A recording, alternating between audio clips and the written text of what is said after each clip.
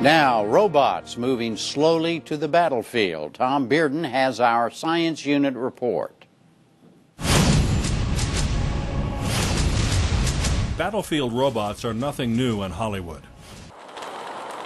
But they aren't just science fiction anymore. The military has deployed thousands of them for use in Iraq and Afghanistan. The most well-known are remotely controlled unmanned aerial vehicles like the Predator. Less noticed are ground robots, but they're a growing part of the war effort. The military has bought more than 6,000 of them since 2003, at an average cost of $100,000 to $200,000 each. One of these is the Talon, which is designed to deal with improvised explosive devices. National Guardsman Captain Patrick Callahan and former Marine Steve Roberson, who worked for the manufacturer, showed us how they operate. They say these types of robots have saved lives. In a 7-month tour, I lost 5 Talon robots in the field out in western Iraq. Would you have lost 5 soldiers? It's a possibility that we would have. Bob Quinn is vice president of Kinetic, which builds Talons in Bedford, Massachusetts. We make robots that soldiers would like to extend their arms, eyes, ears, legs, and save U.S. soldiers. And I think in the context of many wars, being able to save our soldiers is hugely important. Not far away in Waltham, a company called iRobot, best known for robot vacuum cleaners, is building its own reconnaissance and surveillance robots.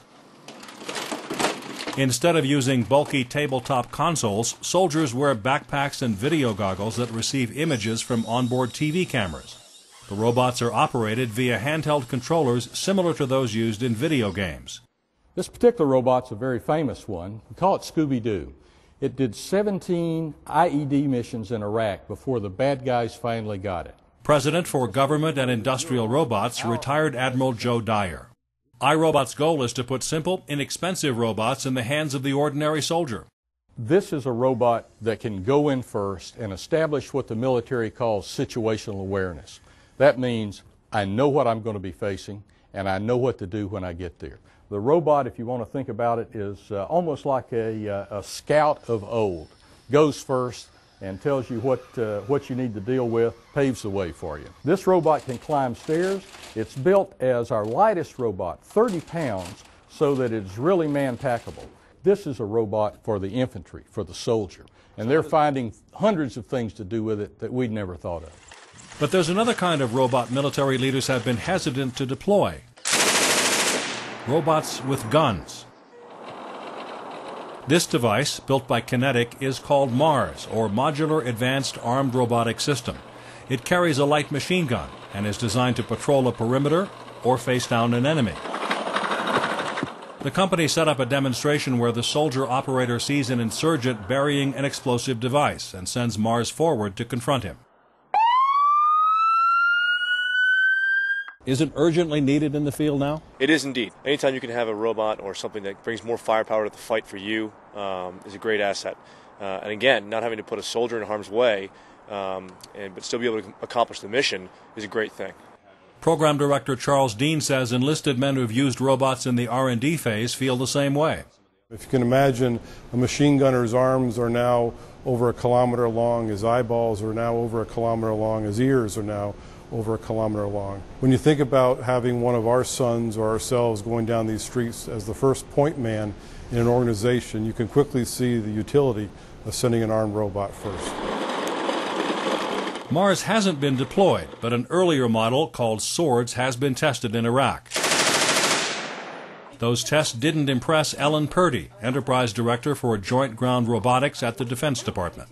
They've seen very, very limited utility, and in fact, that last word that I received, they have in fact not shot anything at all. They haven't been fired.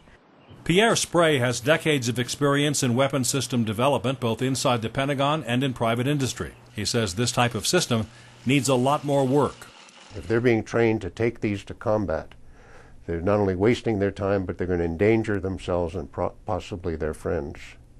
You know, these things really need to be wrung out in the open, in open and transparent and observed operational tests as we do for other weapons, as we would for rifles, as we would for fighters, as we would for tanks. And that needs to be done in the United States. It's a very bad thing to do that in combat. But Kinetic Vice President Bob Quinn thinks the military is sometimes far too cautious. Yeah, history is replete with examples of technological overmatch situations where soldiers perhaps love having this capability, but the chain of command just isn't aware of the capability or willing to make the changes.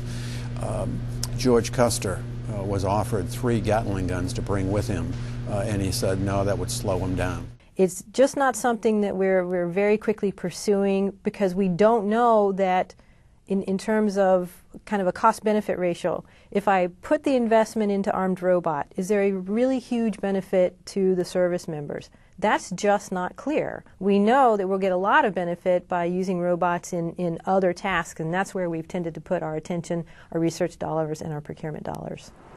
Spray says there are also technological problems with these types of devices. The soldier is able to cover most of the horizon very quickly, within fractions of a second, sweeping visually to check any kind of threat that he might have. When you're doing the same thing, sitting in front of a laptop, you know, with a sensor that's as relatively poor relative to the human eye as a video camera, you know, first of all, you're going to miss most of the really important cues. And the ones you pick up, it's going to take you a lot longer to react because they're going to be more indefinite. Far more controversial is the idea of an autonomous armed robot, an actual Terminator that can decide by itself when to use deadly force. That is so freaking cool. David Barrett thinks that day is coming, and soon. Barrett is a professor at Olin College, an engineering school in Massachusetts. He and his students have designed and built many different kinds of robots, some that swim like fish, and others that look like farm tractors that spray pesticides. There are many countries working on autonomous robots, and there are many countries working on lethal robots. And it's only a matter of time before they end up in operational theaters. How much time? Probably 5 years for the first ones. Yes, this will happen well within our lifetimes, and it will probably be commonplace in our children's lifetimes. The use of autonomous robots raises many concerns. Can they be controlled effectively? Can they be trusted to distinguish friend from foe? And can they react fast enough to a dangerous situation? Spray has an even more basic concern. The whole thing about talking about autonomous robots at this point is just science fiction glitz. There's simply no point in talking about them and speculating about them. We should see if you can actually get some robot to do some simple tasks autonomously. Right now they cannot do any simple combat tasks autonomously. Even as the debate continues, the military is writing operational manuals for using remote-controlled robots. You're talking about some actual advanced technology. At the Army War College in Carlisle, Pennsylvania, leaders are taking classes on how best to use the equipment. And the college now stages an annual robotics exhibit to show off the newest technology to soldiers and area civilians. Things going okay? Bill Waddell is the director of the Command and Control Group. We have found that educating senior leaders requires a little bit of hands-on opportunity because they're going to have to be the ones that make the decisions about the integration on the battlefield, how their soldiers integrate with these systems. Waddell says there are ethical implications to consider as well. Like, does that make it easier to go to war? Does that make an administration's decision of deploying troops easier or harder? Well, we haven't actually had to arm wrestle with those situations, but we will have to, because if suddenly you make war easier and less of a burden on a people, it becomes more of a video game than it does simply going to war. And the atrocities of war and all of the ugliness of warfare goes away and becomes a video game. While the military continues to research armed robots, Pentagon officials agree remote-controlled devices will inevitably take over more and more jobs like IED clearance. Whether robots will eventually engage in actual combat on their own is a matter of technology, budgets, and hard ethical questions that have yet to be answered.